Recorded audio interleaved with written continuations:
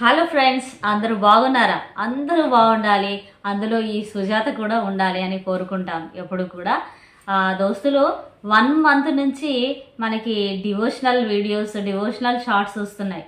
ఈరోజు మనం అద్భుతమైనటువంటి వీడియో చూడబోతున్నాం.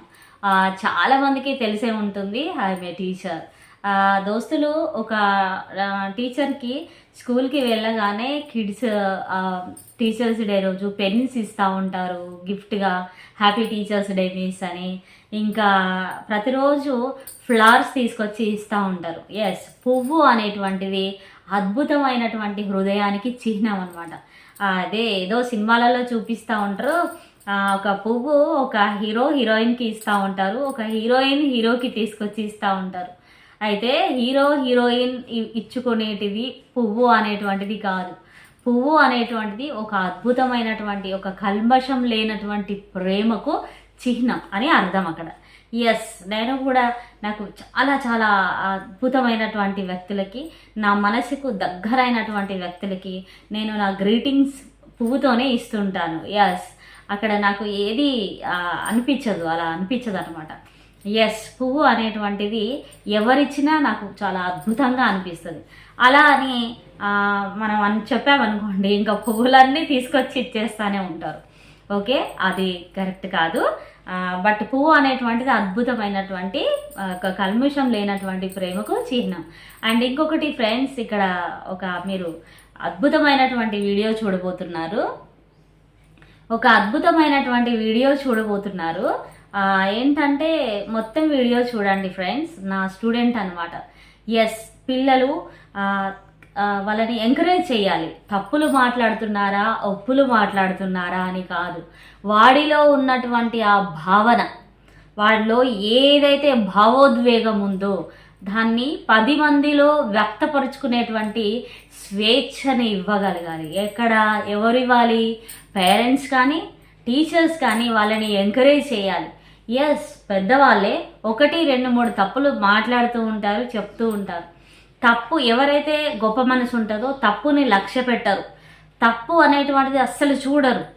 ఎప్పుడే కానీ మనం ఎదుటి వాళ్ళలో ఉన్నటువంటి గుడ్, అక్కడ ఉన్నటువంటిది సమాజానికి ఏమవసరం, వాడికి ఏమవసరం, వాడి నుంచి మనం ఏం తీసుకోవాలి అదే తీసుకోవాలన్నమాట. ఇక్కడ నా స్టూడెంట్ అండి, నాకైతే నేను నా సబ్జెక్టే కాదు, నా భావాలు ఎవరిలో అయితే కనిపిస్తూ ఉంటాయో వాళ్ళు నా నెక్స్ట్ జనరేషన్గా నేను ఫీల్ అవుతూ ఉంటాను.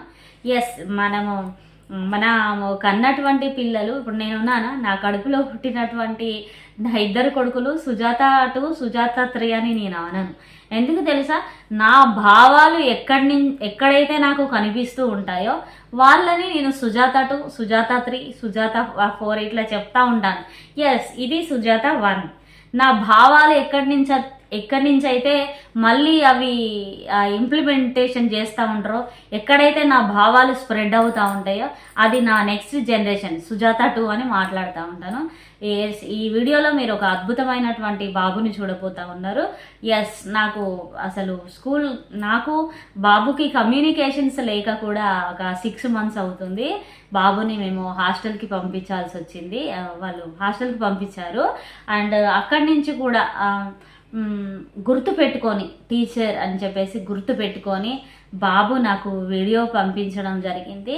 అసలు ఎంత బాగా మాట్లాడుతున్నారు ఒకసారి చూడండి. పిల్లలను మాటలలో ఎంకరేజ్ చేయండి, స్టేజ్ మీదకి పంపించండి, వాళ్ళని మోటివేట్ చేయండి. 1, 2, 3 తప్పులు మాట్లాడినా అస్సలు వాళ్ళని మనం ఎక్కడ కూడా బ్యాక్ ఫార్వర్డ్ చేయొద్దు, ఎప్పుడు కూడా ముందుకు వెళ్ళేలాగా ఆశీర్వదించాలి. ఎస్, ఆ యొక్క పాఠశాల యాజమాన్యానికి అండ్ చిన్నపిల్లలు ఆ వీడియోస్ అట్లా స్ప్రెడ్ చేయడం కూడా కొంతమందికి ఇష్టం ఉండదు. ఇది గొప్ప పని, మంచి పని, మన వల్ల అవుతుంది, మనం ఎందుకు చేయకూడదు?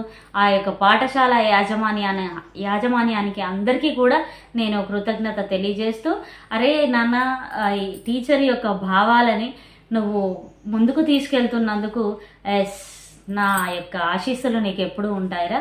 ప్లీజ్ ఫ్రెండ్స్, ఇట్లాంటి వీడియోని మనందరము మన లైక్ తోటి, మన కామెంట్స్ తోని, మన యొక్క సబ్స్క్రిప్షన్ తోని, మన యొక్క షేరింగ్స్ తోటి స్ప్రెడ్ చేయాలి. ఓకేనా?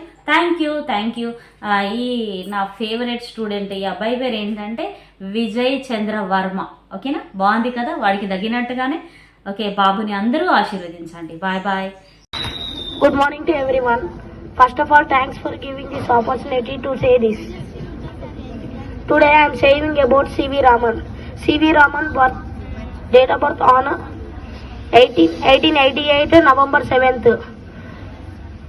on Tamil Nadu he birth. His father was a physics teacher in a college. Raman was a brilliant student from his starting. Raman passed microculturation. Parents decided to send higher studies, but on a medical ground,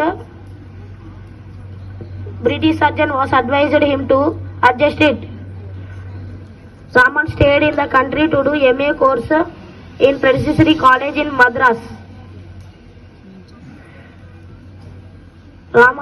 C.V. Raman was the first Indian scholar who studied homely and received the Nobel Prize, and he passed on 1970 November 21.